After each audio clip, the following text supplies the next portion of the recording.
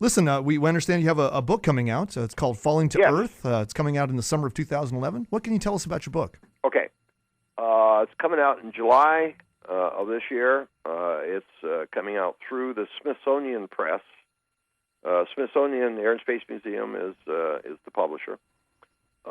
It's basically it's an autobiography. Let's be honest about it. But it focuses on what we did getting ready for the flight, what we did in the flight, and the aftermath of the flight. The aftermath of the flight is probably a big part of the book.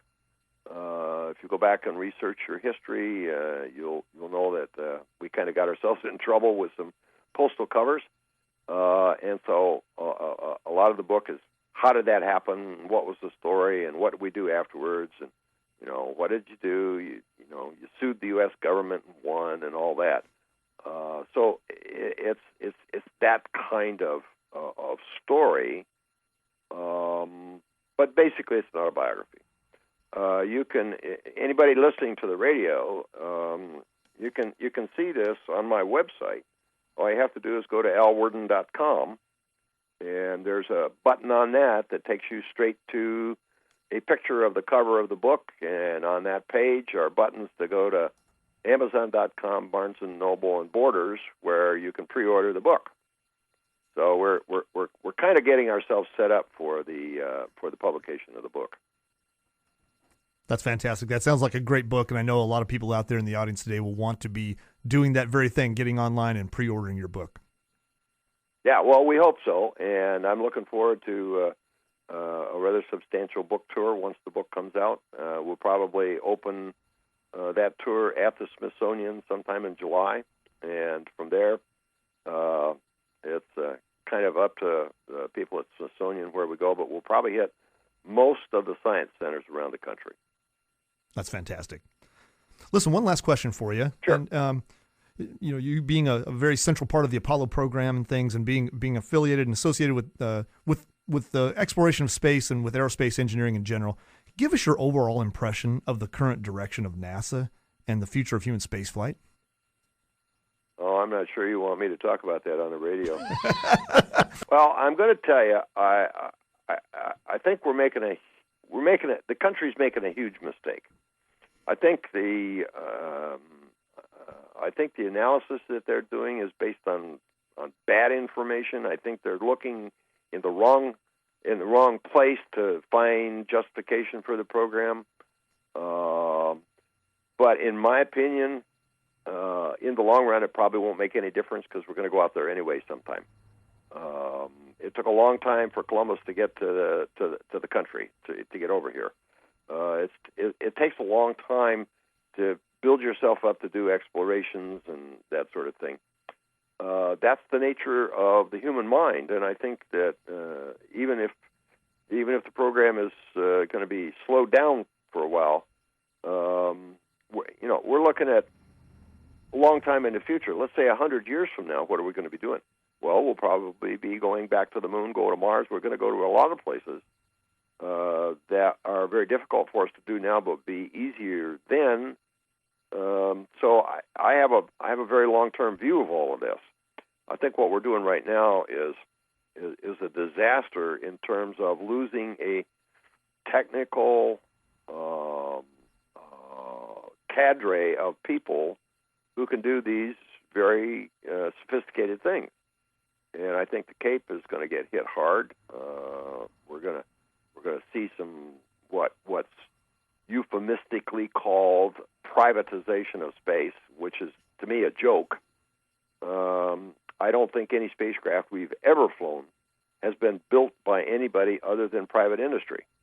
So that's kind of a misnomer to me. Maybe it's the right thing to back off on the Constellation program, because what they did is they just kind of went back to an Apollo-type spacecraft, and the launch system is kind of the same. Maybe there's something better out there. I don't know. I'm sorry to see that happening, because I think the technology that came out of the program has been so critical to how well this country has done technically and industrially, and things that have happened, the things that have been invented, the things that have been designed and put together since the start of the space program have made this country as successful as it is today. And I hate to see that kind of go away, because we need that technology research and innovation and design that comes out of a program like the space program.